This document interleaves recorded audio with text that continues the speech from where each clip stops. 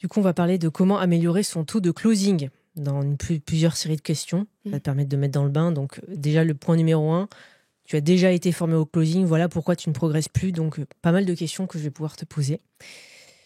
La première question qui pourrait me venir, c'est qu'est-ce qui différencie toi, enfin un closer formé, d'un closer performant, un peu plus expérimenté, je pense.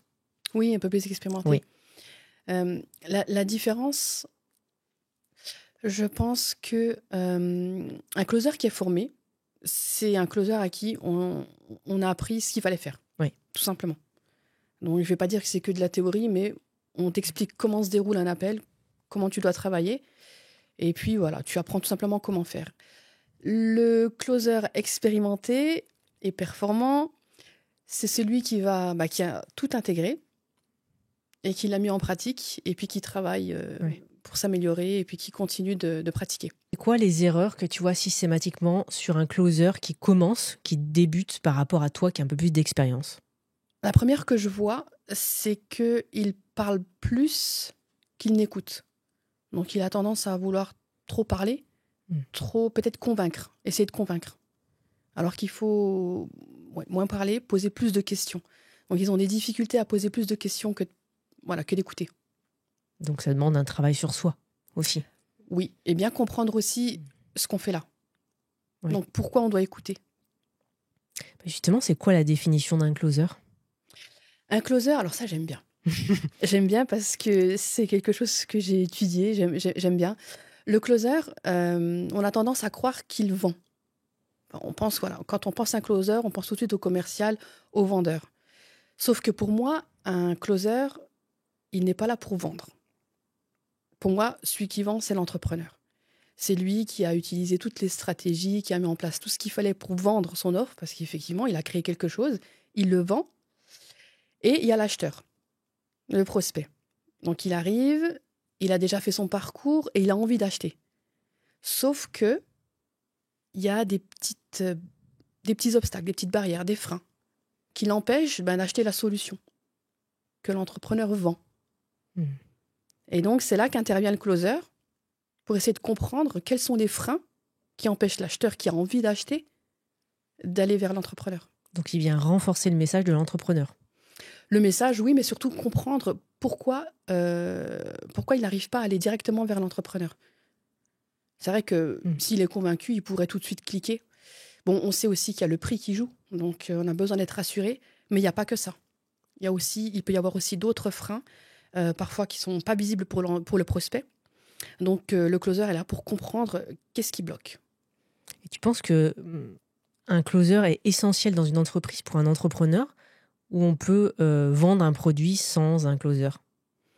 C'est-à-dire, oui, il n'est pas indispensable. L'entrepreneur, bien sûr, il peut vendre son offre, il est même bien placé. Sauf que ça demande du temps, beaucoup de temps, et l'entrepreneur, il n'a pas toujours le temps d'être au téléphone avec son acheteur, et puis de passer ce temps-là à vendre. Il a d'autres choses à faire aussi. Et puis le temps qu'il passe au téléphone à vendre son offre, c'est du temps qu'il n'a pas pour développer autre chose, pour attirer d'autres clients et pour aussi faire de l'argent. Donc à quel moment s'entourer d'un closer dans une entreprise? Je dirais à partir du moment où on n'a plus le temps.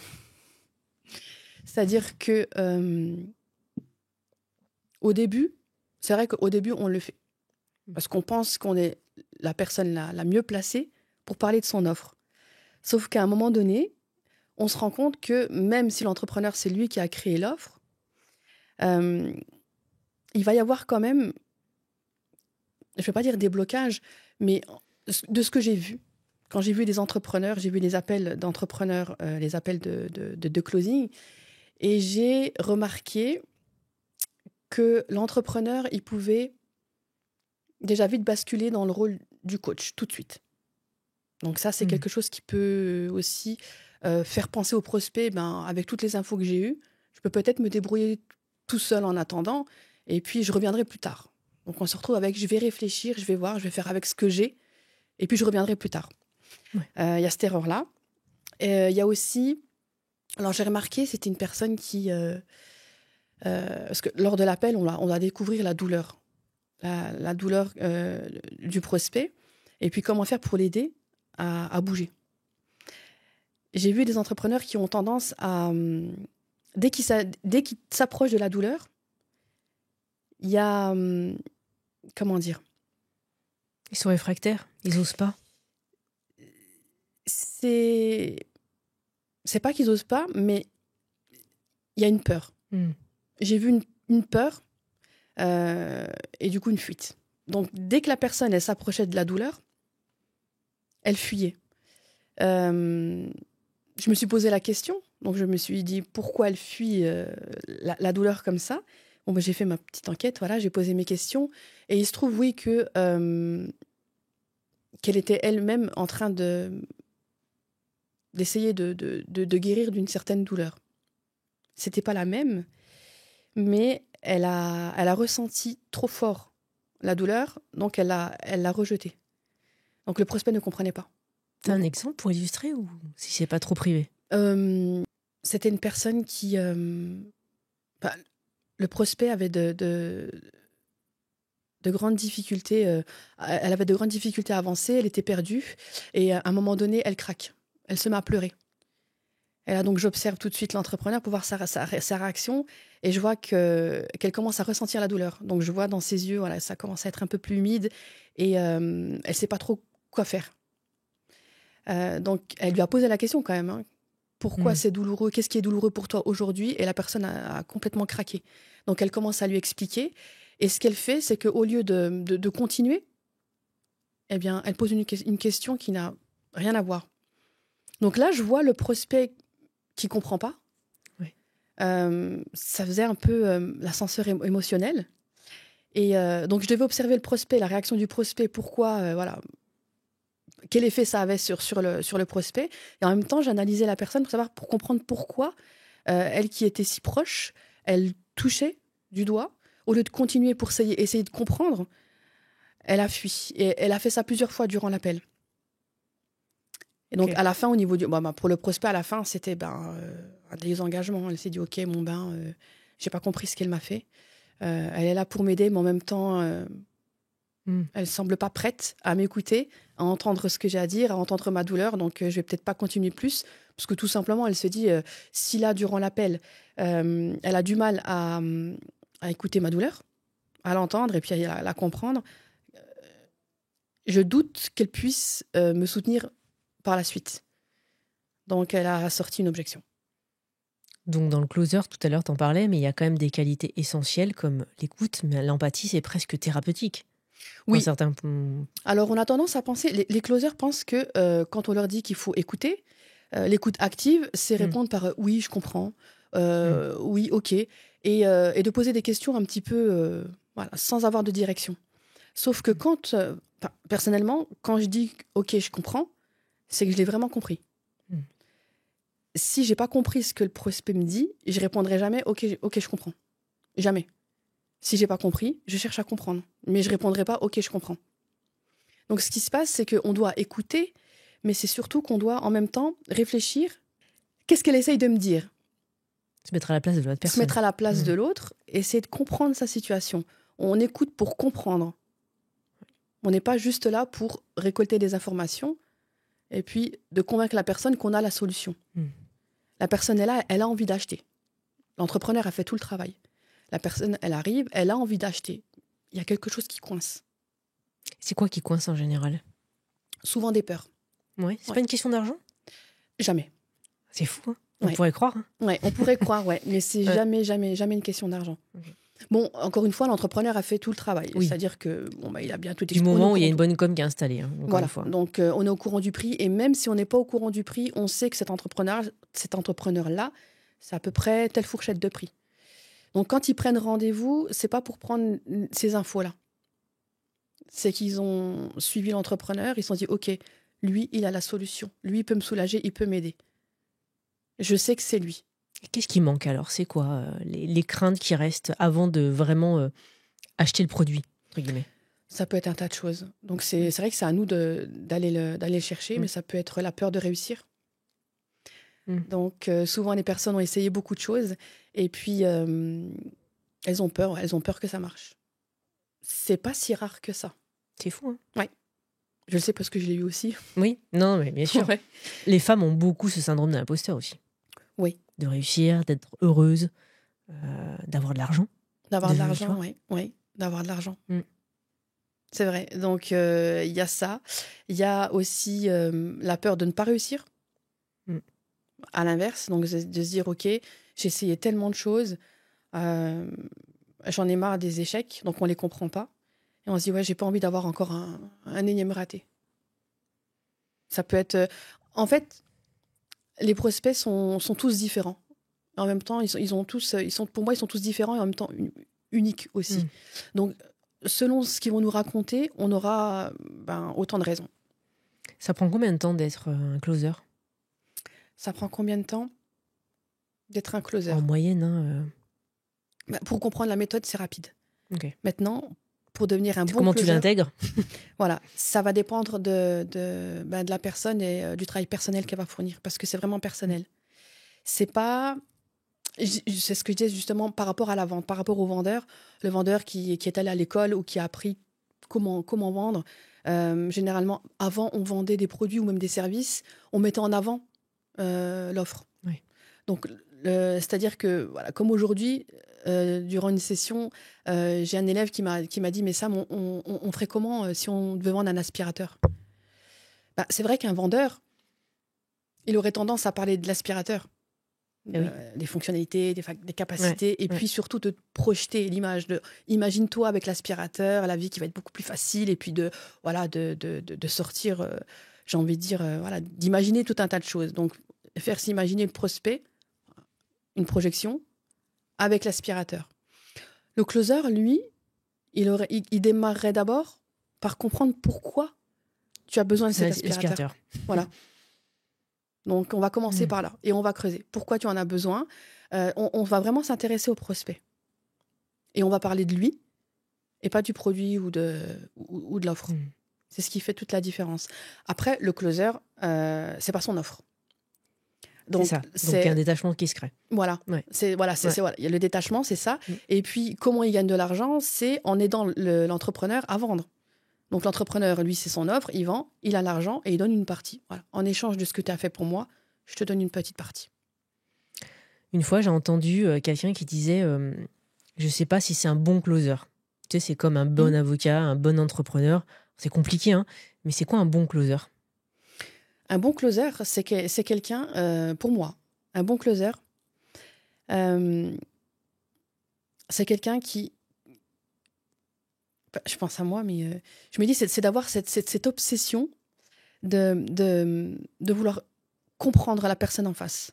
C'est pas uniquement un prospect.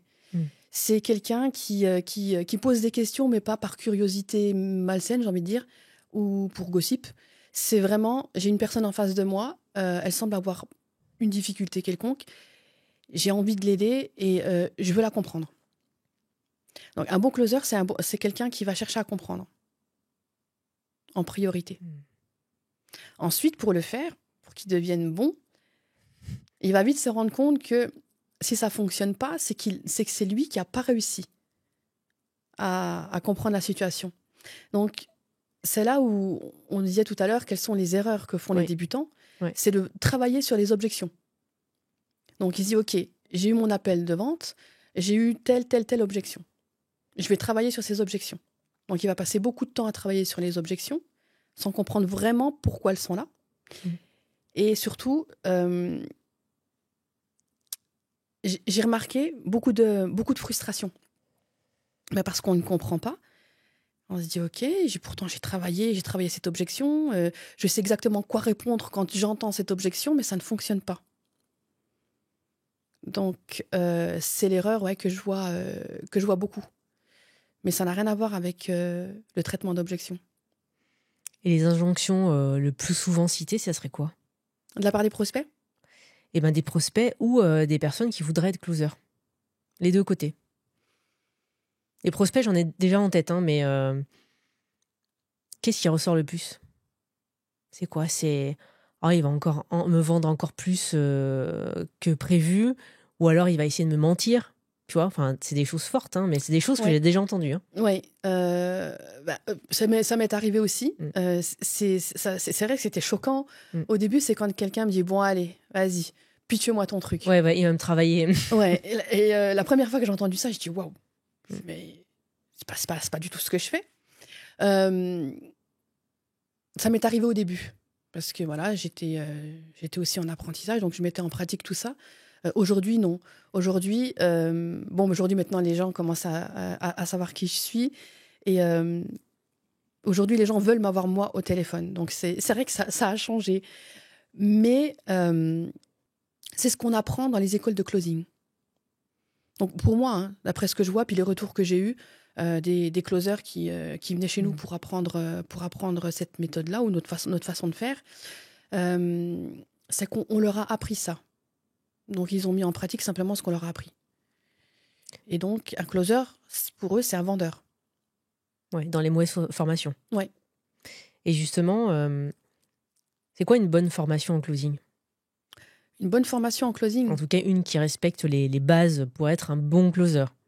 Je dirais, en tout premier, c'est d'avoir un mentor. Mais vraiment.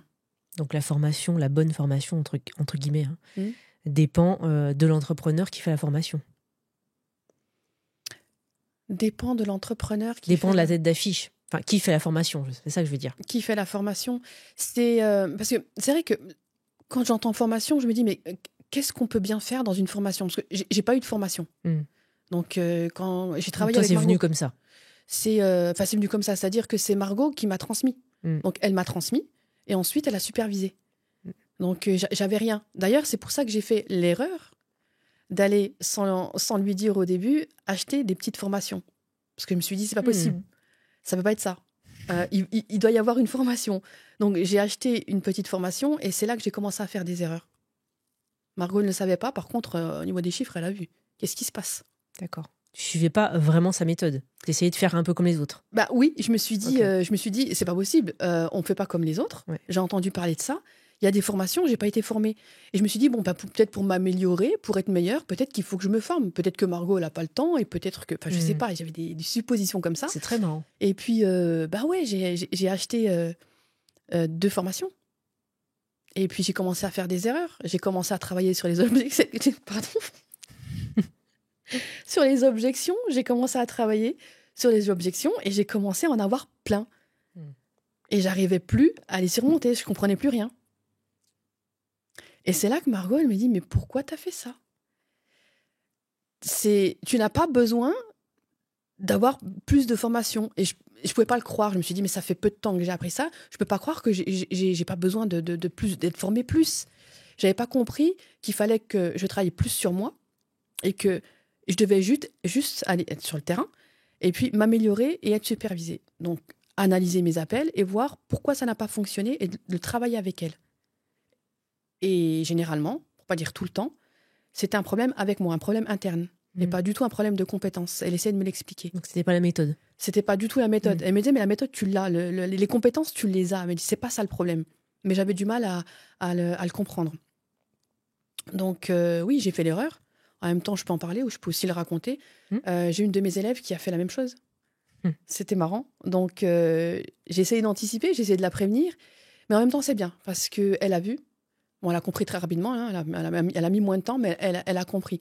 Mais elle m'a dit, je devais le faire. J'avais besoin de comprendre, je devais le faire. Donc voilà. C'est comme quand on essaye de faire du vélo, on se trompe toujours au début, et finalement, après, on comprend qu'on fait des erreurs. Oui, ouais. C'est ça.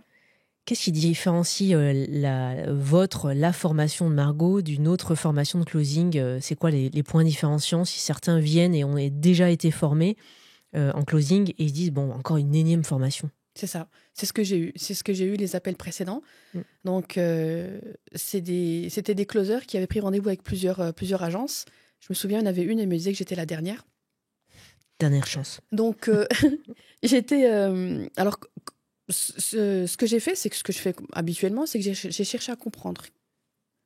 J'ai cherché à la comprendre, qu'est-ce qu'elle voulait, qu'est-ce qu'elle essayait de faire. Donc, j'ai simplement posé mes questions pour comprendre sa situation et comprendre ce qu'elle voulait. Donc, elle me l'a pas dit tout de suite que j'étais la quatrième et qu'elle avait pris rendez-vous avec d'autres agences.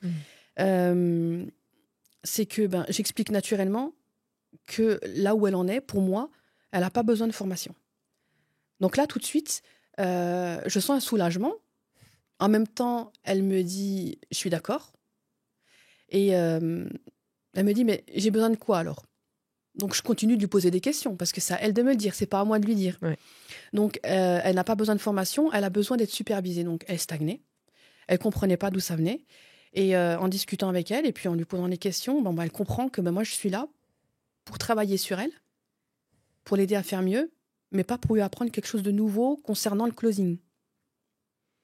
Et en discutant, c'est là qu'elle se rend compte d'elle-même, elle voit la différence. Alors, j'ai trouvé ça intéressant, c'est parce que, comme elle est closeuse, j'ai réussi à déclencher chez elle l'envie de poser des questions. Donc, je me suis dit, ça, c'est un bon point. Donc, c'est ce que je fais aussi. C'est que je vais faire déclencher chez la personne l'envie de poser des questions et l'envie de comprendre. Et ça, c'est un bon début. Et tout le monde peut développer cette envie-là ou pas tout le monde? Alors, il faut quand même... certaine empathie ou réception. C'est ce que j'allais dire, ouais. Il faut quand même avoir de l'empathie et d'accepter aussi de ressentir toutes ces choses. Il y a des personnes, même si elles veulent, elles ne sont pas capables de le faire.